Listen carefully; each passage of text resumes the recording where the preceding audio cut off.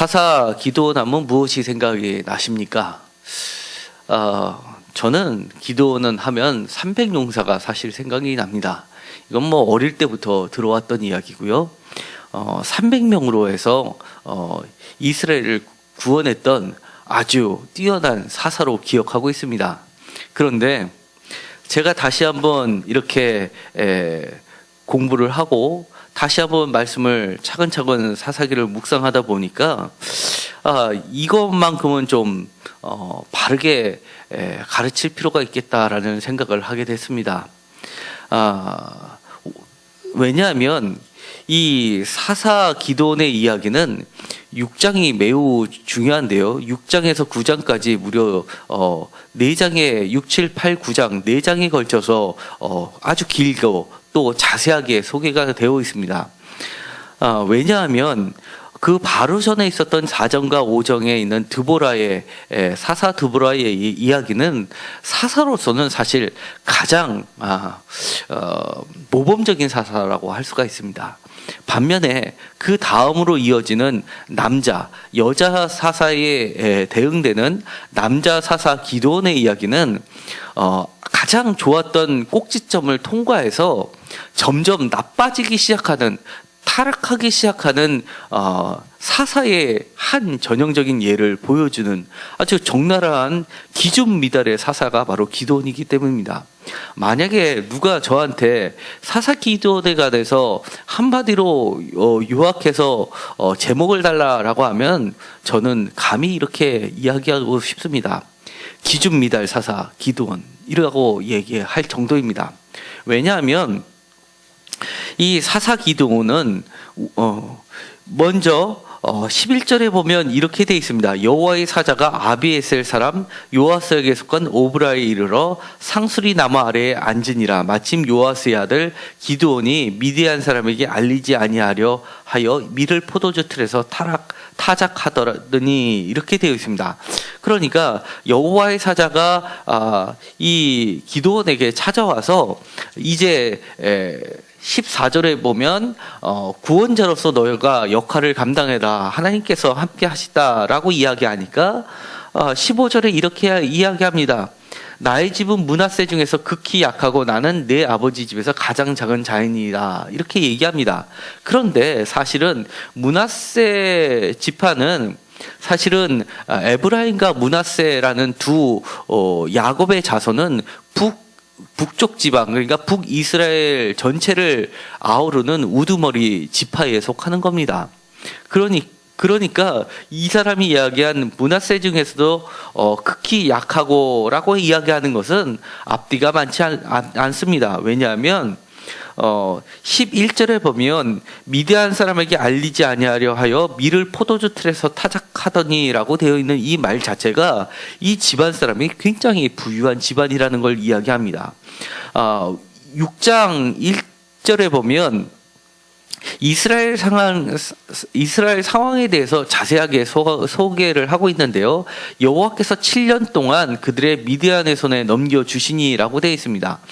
7년이란 기간은 굉장히 그 전에 있었던 20년이란 기간, 드보라 시대보다는 확실히 짧은 기간입니다. 그럼에도 불구하고 4장 3절에 보면 20년 동안 학대를 받았던 기간보다는 7년이란 기간이 짧았음에도 불구하고 7이라는 숫자를 특별히 기록한 것은 완벽한 숫자를 산정을 한 겁니다. 짧지만 완벽하게, 그리고 그 뒤에 있는 것을 이루은 기간이 되는 겁니다. 그러니까 강도로 봐서는 훨씬 더 극에 달했던 상을 이야기하고 있습니다. 이스라엘 가운데서 먹을 것을 남겨두지 아니하며 양이나 소나 나귀도 남기지 아니하니라라고 4절에 기록이 되어 있습니다. 그러니까 이때는 이 미디안 사람들이 낙타를 타고 내려와서 이스라엘 사람들의 먹을거리, 토지소산은 아예 쌍그리째 걷어갔던 것입니다. 그뿐만이 아니라 양이나 소나 나귀까지도 아예 멸절시킴으로써 그들이 더 이상 존립할 수 없게 만들었던 겁니다. 그러자 그들이 취했던 행동은 2절에 보면 이렇게 되어 있습니다. 산에서 웅덩이와 굴과 산성을 자기들을 위하여 만들었더니라고 되어 있습니다. 이스라엘 사람이 했던 것은 그들의 핍박을 견뎌낼 수 있는 유일한 방법은 산으로 도망가서 굴이나 웅덩이나 산성 속에서 그들을 피해서 피신에다가 목숨만 겨우 건지는 생활을 할 정도로 그렇게 어려운 상황을 보냈다는 겁니다. 그런데 이 기드온은 산이나 굴이나 웅덩이에서 하는 게 아니라 그의 집에서, 그것도 상수리나무라고 하면은 아주 푸른 나무입니다. 우리로 치면 참나무, 도토리나무과에 속하는 것으로 잎이 굉장히 무성합니다. 그래서 보통 상수리나무라고 성경에서 취할 때는 긍정적인 모습도 있지만 부정적인 모습도 있습니다. 예를 들어서 아브라함이 상수리나무에 있었고라고 할 때는 긍정적인 의미로 표현되지만 사실은 족장들 위에 그 이후에 들어가는 상수리나무는 대표적으로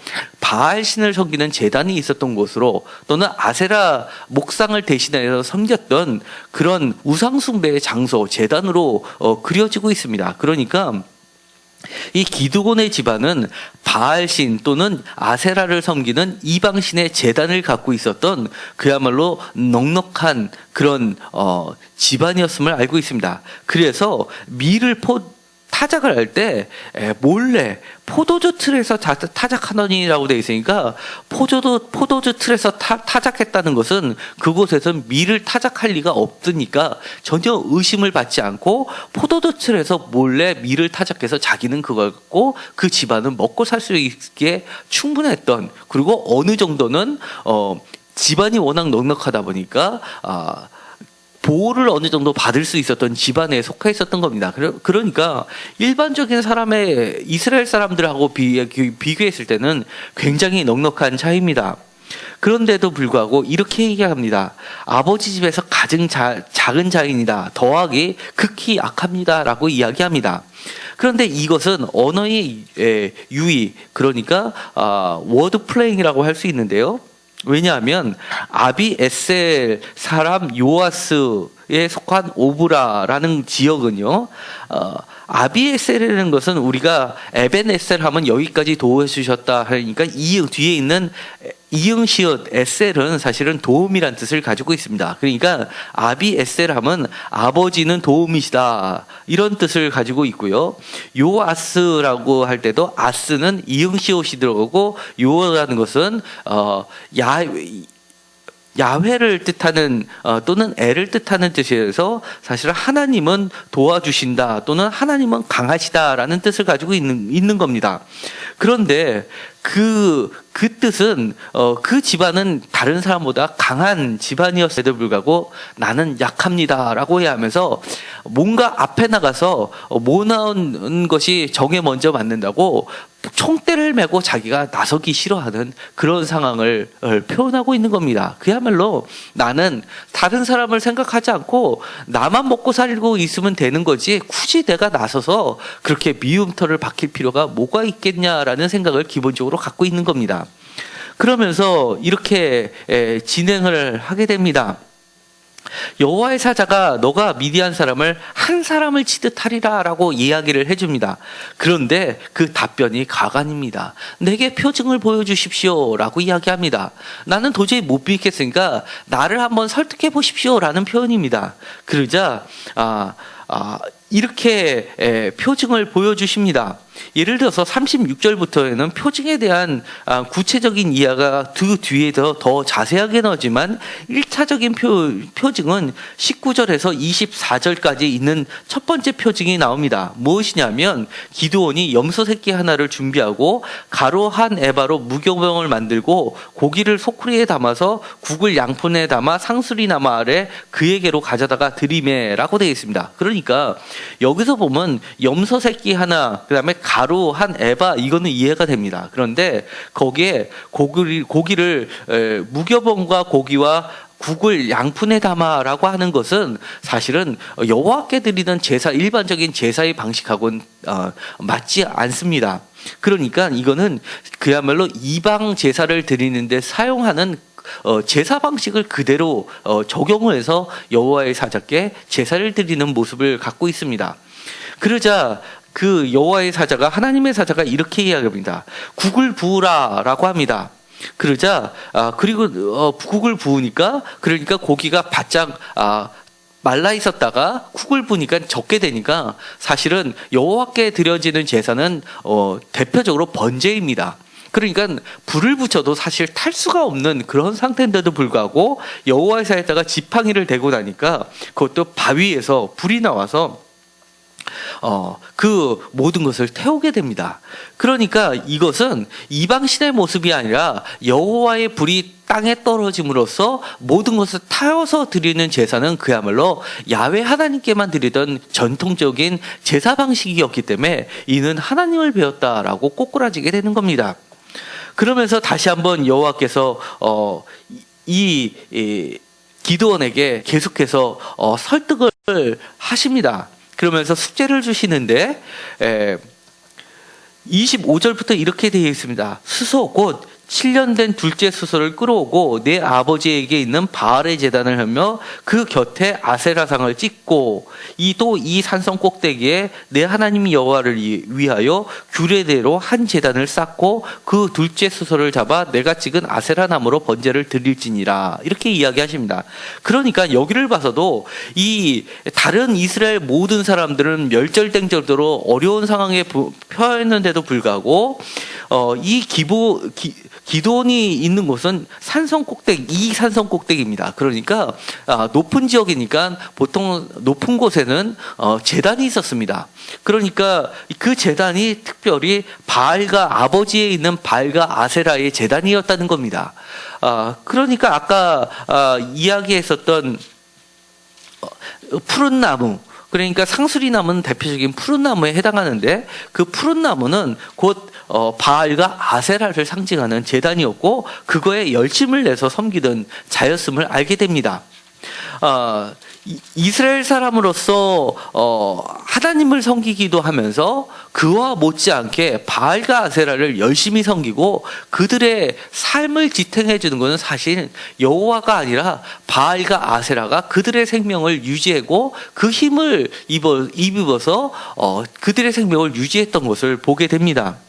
그러자 하나님께서는 그것을 컬라라고 이야기합니다. 헐고 아세라는 목상이었기 때문에 그 목상을 땔감으로 사용해서 둘째 소를 바치라라고 이야기를 합니다.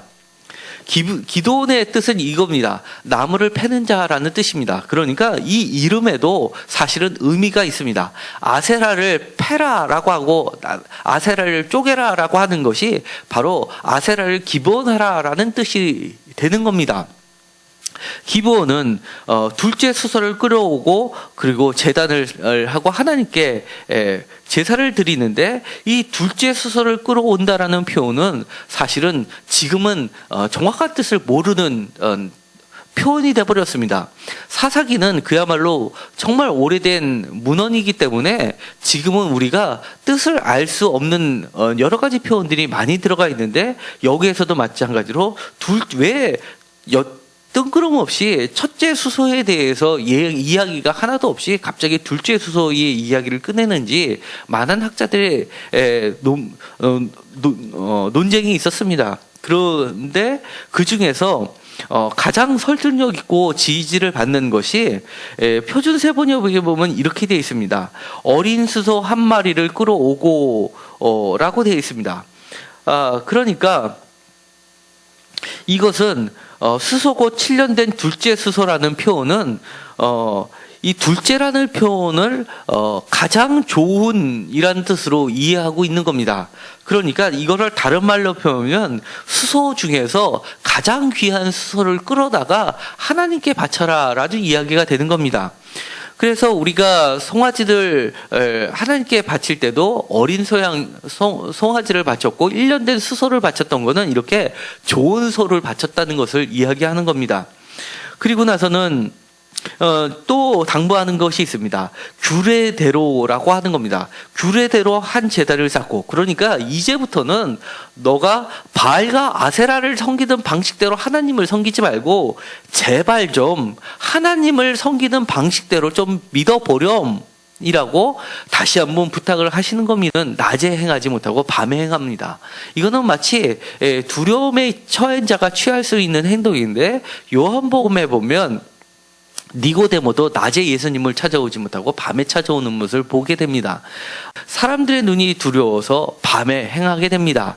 그리고는 28절부터는 그렇게 우상을 쪼개고 나서 그것이 사람들로부터 아침에 돼서 발각이 되니까 사람들이 아버지인 요아스에게 오게 되는 겁니다. 그리고 나서 이런 일을 했던 라고 합니다. 그러자 이 아버지가 매우 지혜롭게 대답을 합니다.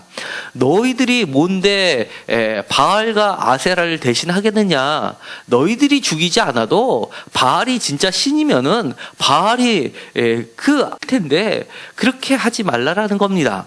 너희들이 어찌 바알보다 높은 자리에 가서 재판장처럼 누구를 살리냐 죽으냐 하냐라는 겁니다. 놔두면 정말 바알이 신이면 기브온이 죽일 것이고, 바알이 신이 아니고 우상이면 기브온은 살아있을 것이다 라는 말로 설득을 해서 그들이 물러가게 됩니다. 그래서 그의 이름을 여룹바알이라고 하는데, 사실은 우리가 아까 살펴본 것 기드온이라는 뜻이 나무를 패는 자라는 뜻이었기 때문에 사실은 여룹바알이 원래의 이름이었고, 기드온이란 말은 나중에 붙여진 이름으로 대부분이 그렇게 보고 있습니다. 그런데 이 여룹바알을 성경에서는 바알이 그와 더불어 다툴 것이다 라고 했는데, 이것을 하나님의 편에서 긍정적으로 보면 바알이 그와 더불어 다툴 것이다 해서 바알과 기드온은 대립적인 관계로 봅니다. 그러나 우리가 성경에서 보면 대표적으로 하나님과 다툰 자가 있습니다.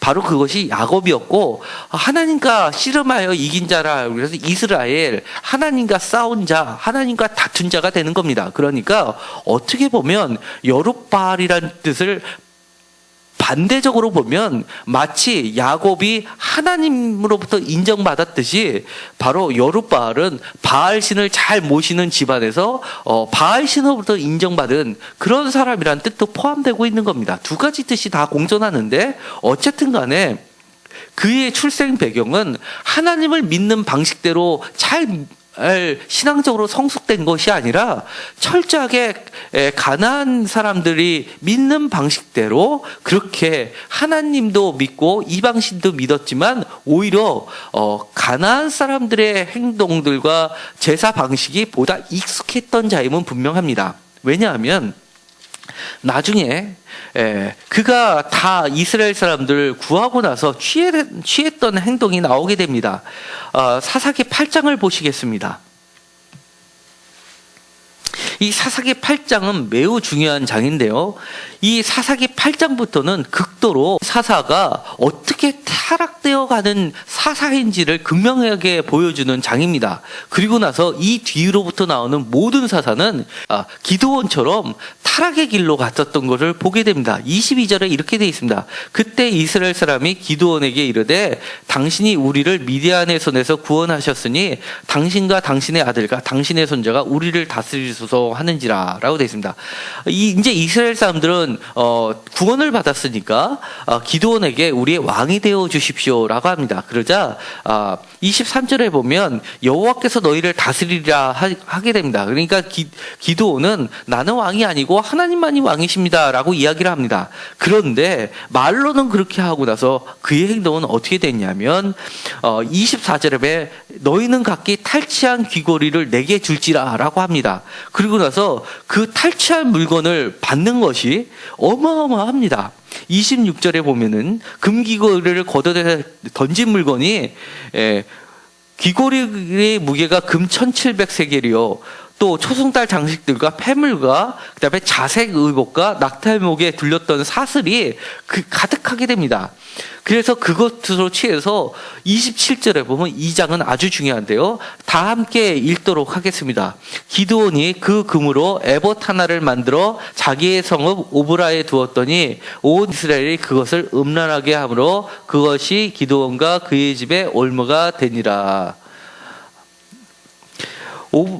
음란하게 위함으로 라고 되어 있습니다. 그러니까 이 사람이 해피려면 만든 게 이제 에봇을 하나 만듭니다. 제사장 옷을 만들어 가지고 그것을 음란하게 섬기는 겁니다. 그러니까 전에는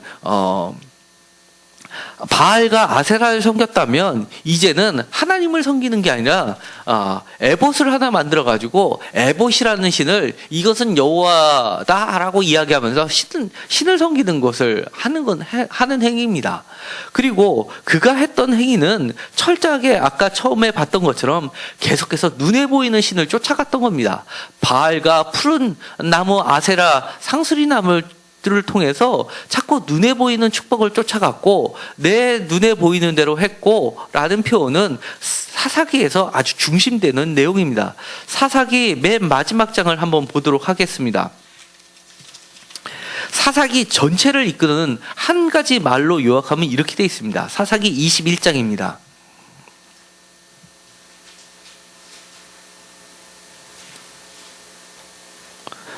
사사기 21장 25절을 다 같이 읽도록 하겠습니다. 그때 이스라엘에 왕이 없으므로 사람이 각기 자기 소견에 옳은 대로 행하였더라. 아멘. 이들의 전체적인 특징은 바로 자기의 소견대로, 자기 눈에 비치는 대로 그것대로 행하였고 자기의 눈에 보이는 것을 쫓아갔던 시대였다는 겁니다. 그러자 이 기드온은 여호와의 사자를 만나서 놀라운 표징을 받는데, 즉 불이나 지팡이에서 되니까 물이 묻었던 고기도 불타서 다 사라지는 그런 놀라운 징표를 보았는데 그 뒤에 특징이 있습니다. 여호와의 사자는 그 다음에 눈에 보이지 않고 사라지게 되는 겁니다. 21절에 보면 여호와의 사자는 떠나서 보이지 아니한지라 라고 되어 있습니다. 그러니까 신명기부터 신명기 여호수아 때까지 이어지는 중심 내용 중에 하나는 너희들이 하나님과 대면하여 본 자가 있느냐라고 이야기하는 겁니다. 너희는 눈으로 보지 못했고 귀로만 들었고 말씀으로만 들었다라고 강조하는 것이 신명기와 여호수아입니다. 그것이 출애굽기, 레위기, 민수기와 가장 큰 차이점을 보이는 건데요. 바로 그 사상이 여기서 또 나타난 겁니다. 눈으로 보이는 게 아니라 보이지 않는 하나님, 영으로 계신 하나님을 만났음에도 불구하고 이는 끊임없이 무엇인가를 만들어서 사람들로부터 내가 하나님으로부터 세움을 받은 사람이야, 에봇을 보지, 에봇이 마치 하나님은 항상 내 옆에 있는 것처럼 있는 거야 라고 하면서 신을 붙잡아 들고 그것을 자신의 지위에 포장하려는 사람이라는 겁니다.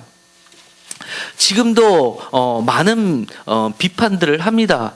마치 기독교가 영의 하나님을 믿는다고 하면서 자꾸 모양새를 키워나가는 것을 보면 사실은 저는 두려운 마음도 생기는 겁니다. 우리는 예수님이 하셨던 것처럼 영과 진리로 예배하는 자로 끊임없이 있어야 되는데도 불구하고 자꾸 눈에 보이는 것을 만들고 건물을 크게 짓고 높이 짓고 하는 그 과정들을 통해서 마치 사람이 근접할 수 없도록 화려한 건물을 보면 하나님이 저렇게 복을 주셨구나라고 믿게끔 만드는 것, 사실 이런 것들은 우리가 다시 한번 깊이 하나님 편에서 고민을 해봐야 될 숙제인 겁니다. 그런데 이 기드온은 끊임없이 표징을 요구합니다. 그뿐만이 아닙니다. 우리가 읽지 않은 7장에 보면 6절에 보면 이렇게 되어 있습니다. 손으로 움켜 입에 대고 핥는 자의 수는 300명이요 그의 백성은 다 무릎을 꿇고 물을 마신지라. 7절 다 같이 읽도록 하겠습니다. 여호와께서 기드온에게 이르시되 내가 이 물을 핥아 먹는 300명으로 너희를 구원하여 미디안을 내 손에 넘겨주리니 남은 백성은 각각 자기의 처소로 돌아갈 것이니라 하시니. 아멘. 하나님의 뜻은 바로 여기에 있는 겁니다. 기드온에게 이렇게 이야기하는 겁니다. 300명만 남겨두고 나머지는 다 돌려보내라 라고 이야기하는 겁니다. 왜 그랬을까요? 7장에 보면 이렇게 되어 있습니다. 7장 2절에 하나님께서 이렇게 이야기를 하십니다. 여호와께서 기드온에게 이르시되 너를 따르는 백성이 너무 많은즉 내가 그들의 손에 미디안 사람을 넘겨주지 아니하리니. 다 같이 읽겠습니다. 이는 이스라엘이 나를 거스러 스스로 자랑하기를 내 손이 나를 구원했다 할까 함이니라. 이겁니다. 하나님의 뜻은 이겁니다. 첫 번째 22,000명이 돌아갔고 10,000명 남았는데 그 10,000명 중에서도 나머지 사람을 다 돌려보내고 겨우 300명만 남겨두신 겁니다. 그러니까 너희 스스로 하나님의 은혜를 잊어버리고 너희의 힘과 너희의 손으로 구원했다 할까 하는 것을 하나님이 염려하신 겁니다. 혹자들은 이렇게 많이 이야기를 합니다. 그리고 심지어 저도 어렸을 때 그런 설교를 어릴 때부터 많이 들었습니다. 기드온의 300용사라는 해서 이 300명은 손으로 움켜쥐고 물을 마시고 그 다음에 개처럼 핥지 않으면서 적군이 언제 오는지를 살펴보고 그 다음에 언제든지 적이 오면 다시금 창을 들고 싸울 수 있을 정도로 굉장히 민첩하고 그 다음에 지혜도 많고 그 다음에 전쟁에 능한 사람들로 구성되어 있었다라고 이야기를 하는데 그것은 사사기 전체를 꿰뚫는 중심 주제를 놓친 이야기가 됩니다. 반대입니다. 여기서 이야기하는 것은 만약에 반대로 개처럼 핥는 자가 300명이었다면 하나님께서는 개처럼 핥는 자 300명을 취하시고 나머지 이 손으로 움켜대고 입을 대고 물을 먹는 자들을 버려섰을 거라는 것이 사사기의 중심 내용이라는 겁니다. 그러니까 이 300명이 용사이기 때문에 하나님께서 선택한 것이 아니라 아무런 쓸모도 없는 사람을 내가 선택해서 하나님의 놀라운 기적으로 너희를 구원하시겠다라는 하나님의 강력한 의지를 보여주셨다는 겁니다. 이들을 다른 말로 표현하면 누군가가 저에게 기드온을 기준 미달의 사사라고 표현했다면 이 300명을 뭐라고 표현하겠냐라고 저에게 묻는다면 저는 감히 이렇게 얘기할 겁니다. 오합지졸 300명 이렇게 표현할 겁니다. 사사기에서 이들을 데리고 하나님께서 싸운 것은 이런 거였습니다. 그들이 창과 칼로 싸운 것이 아니라 횃불을 든 항아리 속에 횃불을 숨겨놓고 나팔을 손에 들고 밤에 항아리를 깨고 횃불을 들고 그 다음에 외쳐댔던 거 말고는 그들이 싸운 게 아무것도 없습니다. 그리고 하나님께서 적군에게 서로 싸우게 해서 모두 물리친 것이 하나님의 싸움이었다는 겁니다. 그러니까 이 300명은 도대체 싸움이라는 것을 할 줄도 모르는 자들이었고 다만 시키면 시키는 대로 할 수 있는 자만 하나님께서 고르셨다는 것이 되는 겁니다. 이렇게 기도원을 통해서 하나님은 철저하게 하나님이 어떠한 분이시라는 걸 드러내 보이시는 분이셨습니다. 그런데 그가 끊임없이 그가 버릴 수 없었던 모습들이 있었습니다. 아까도 이야기했지만 표적을 구한 것도 그렇고요. 그 다음에 기드온이 다시 한번 하나님의 명령을 받자 하나님께 요청을 하는 장면이 나오게 됩니다. 또 다른 표적을 구하는데요. 그 유명한 이야기입니다. 바로 양털 표적이라고 하는 건데요. 6장 37절에 보면 이렇게 되어 있습니다. 보소서 내가 양털 한 뭉치를 타작마당에 두리니 만일 이슬이 양털에만 있고 주변 땅은 마르면 주께서 이미 말씀하신 같이 내 손으로 이스라엘을 구원하실 줄을 내가 알겠나이다 하였더라 라고 합니다. 이것은 흔히 있는 이야기입니다. 땅이 젖었을 때 말리는 방법은 고대에서는 양털 한 뭉치를 놓으면 양털이 그 습기를 쭉 빨아들여서 그 주변을 건조시키는 마치 이게 스펀지 같은 역할을 했기 때문에 이런 표적을 구했거는 비교적 쉬운 표적을 구했던 겁니다. 그러자 그 양털을 짜보니까 그야말로 물 한 줌이 나왔습니다. 그러자 다시 한번 양털로 시험하게 하는 것을 요구합니다. 이번에는 양털만 마르고 그 주변에는 땅에는 다 이슬이 있게 하시옵소서. 이거는 사실은 기적에 가까운 이야기입니다. 첫 번째 것이 들어지자 이제는 사람으로서는 도저히 할 수 없는 방식으로 하나님께 여쭙는 겁니다. 이제는 좀 더 진지하게 묻는 겁니다. 그러나 역시 기도는 버릴 수 없는 태도, 하나님을 믿는 방식은 전혀 달라지지 않았다는 겁니다. 계속해서 내가 눈에 보이고 확인하고 그런 과정을 통해서 내 눈에 비치는 것만 믿었던 것이지 하나님을 하나님으로 믿지 못했다는 것을 보여주게 됩니다. 결국 그의 태도가 이스라엘 사람을 구원하고 고작 했던 것이 에봇을 만드는 것으로 끝나버렸다는 겁니다. 그것이 진정으로 이스라엘 사람을 구원했느냐라고 하나님께서 물으시는 겁니다. 결국 그것이 올무가 되었던 것이 아니었느냐라고 하나님께서 질책하시는 겁니다. 하나님의 질책의 목소리는 사실은 처음부터 있었습니다. 6장 7절입니다. 6장 6절에 보면 이렇게 되어 있습니다. 궁핍함이 심한지라 이에 이스라엘 자손이 여호와께 부르짖었더라 라고 되어 있습니다. 보통 지금까지 나왔던 공식대로 이야기하면 그들이 하나님께 궁핍함으로 해서 부르짖으면 하나님께서 사사를 세워서 구원해 주셨습니다. 그런데 7절부터는 다른 이야기가 나옵니다. 7절부터는 이렇게 되어 있습니다. 여호와께 부르짖었더니만 8절에 보면 여호와께서 이스라엘 자손에게 한 선지자를 보내십니다. 그리고 나서는 이야기하시는 것이 내가 너를 구원하겠다 걱정하지 마라 이런 말씀이 아니라 출애굽 이야기를 다시금 꺼내시는 겁니다. 내가 너희들을 출애굽시켰던 하나님이 아니었느냐? 내가 너희에게 그렇게 이야기하지 않았느냐? 너희가 거주하는 아모리 사람의 땅의 신들을 믿거나 두려워해서는 안 된다라고 이야기하지 않았느냐고 책망만 하신 겁니다. 그러니까 한마디로 이스라엘 사람들은 이제는 하나님 보시기엔 너무나 많이 참고 기다렸는데 이제는 화가 폭발 직전까지 오시게 된 겁니다. 그러면서 그나마 기드온을 불렀더니만 기드온을 불렀던 이유가 내 손으로 스스로 구원했다는 것을 사람들이 자랑할까봐 사람들보다 더 못한 기준 미달의 사람을 들어서 그러니까 바알과 아세라를 열심히 섬기고 나의 이기적인 욕심만 채우고 그리고 내 눈에 보이는 것대로만 믿는 그런 사람을 써서 사사로 세우셔서 구원을 해주셨는데도 불구하고 그들은 여전히 올무에 걸리고 만 겁니다.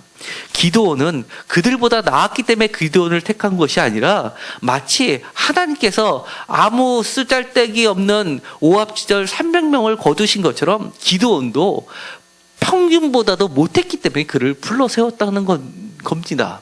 그런데도 불구하고 기드온은 정신을 못 차렸던 겁니다. 여기서 이야기하는 것은 이렇습니다. 우리가 하나님을 놓칠 때는 우리의 삶도 놓쳐지고 있다는 것을 기억하라는 겁니다. 그리고 우리가 하나님을 믿을 때는 우리가 전과는 다른 방식으로 돌아서서 하나님이 원하시는 방식대로 하나님의 규례대로 하나님을 믿어야지 내가 지금까지 나의 신으로 섬겨왔던 그 신을 믿는 방식으로 똑같이 하나님을 섬긴다면 그 끝도 사실은 달라질 게 없다는 것을 경고하고 있는 겁니다. 우리가 하나님을 믿는다는 게 어떤 것일까요? 사실은 저는 간단하게 이야기하고 싶습니다. 내 힘으로 살지 않는 것을 배우는 것, 오직 하나님의 힘으로 사는 것을 배우는 것이 그게 믿음이고 그게 바로 신앙이라고 이야기하고 싶습니다. 우리가 주일날 헌금을 내고 11조를 내는 게 11조 내는 게 쉽지 않다는 건 누구나 다 알고 있습니다. 그럼에도 불구하고 우리가 처음에 11조를 내는 것은 내가 이것을 포기하더라도 하나님이 더 큰 것을 채워주실 줄을 믿고 내가 하나님 앞에 내 자신을 포기하는 행위인 겁니다. 그리고 내가 주일날 많은 약속을 뿌리치고 사업장도 접고 그리고 나서 주일날 예배 드리는 것은 내가 나의 중요한 삶의 지탱을 할 수 있는 것을 포기함으로써 하나님이 우리를 다스린다는 것을 인정하는 것이고 하나님의 다스림 가운데 내가 들어가겠다는 나의 약속이기도 하는 겁니다. 그런데 오늘의 이 기드온의 이야기는 마치 자기가 잘나서 하나님으로부터 사사로서 세움을 받았다고 생각을 하는 겁니다. 그리고 그 결과는 놀랍게 많은 적군을 물리치고 또 평화도 주셨습니다. 거기에 취해서 진정한 하나님을 보지 못하는 경우가 생기지 않기를 저는 간절히 원합니다. 이것은 사실은 남의 이야기가 아니라요. 제가 평생에 살고 마지막 숨을 거둘 때 제 자신을 돌아보면서 제 자신에게 채찍질을 하기 위해서 드려지는 설교이기도 합니다. 오늘은 간단하게 정말 기도원의 중요한 변곡점이 되는 이야기를 말씀을 드렸습니다. 앞으로는 며칠에 걸쳐서 구절 짧은 구절을 가지고 더 깊이 말씀을 묵상하려고 합니다. 우리가 기도원을 통해서 정말 내 자신 속에서 도려내야 될 부분이 있다면 정말 아프지만 도려내고 하나님의 사람으로 온전히 거듭나는 사람들이 되기를 간절히 소망합니다. 기도하고 마치기로 하겠습니다. 하나님 감사합니다. 우리가 잘나서 하나님께서 우리를 부르신 것이 아닌데 우리가 스스로 취해서 하나님의 은혜를 저버리고 우리가 미뤄왔던 방식대로 하나님을 섬기다고 감히 이야기할 때가 있습니다. 저희들을 불쌍히 여겨 주시옵시고 끊임없이 하나님의 은혜 안에 거할 수 있게 하여 주시옵시고 내 힘으로 세상을 사는 것이 아니라 하나님의 방식대로 하나님의 은혜로 사는 존재가 되게 하여 주옵소서. 하나님은 언제든지 정말 기준 미달의 기도원을 들어서 이스라엘을 구원도 해주시고 정말 오합지절 300명을 들어서라도 칼 한 번 들지도 않고서도 적군을 물리치시는 하나님을 기억하게 하여 주옵소서. 우리 주변에 몰려오는 여러 가지 상황들을 볼 때 더 이상 내가 내 힘으로 그들과 싸워서 이긴다고 생각하지 않게 하여 주시옵시고 하나님께 온전히 나의 모든 마음과 뜻과 생각을 드림으로써 이 모든 것을 영적으로 싸워서 이길 수 있는 존재가 되게 하여 주옵소서. 예수님의 이름으로 기도드렸습니다. 아멘.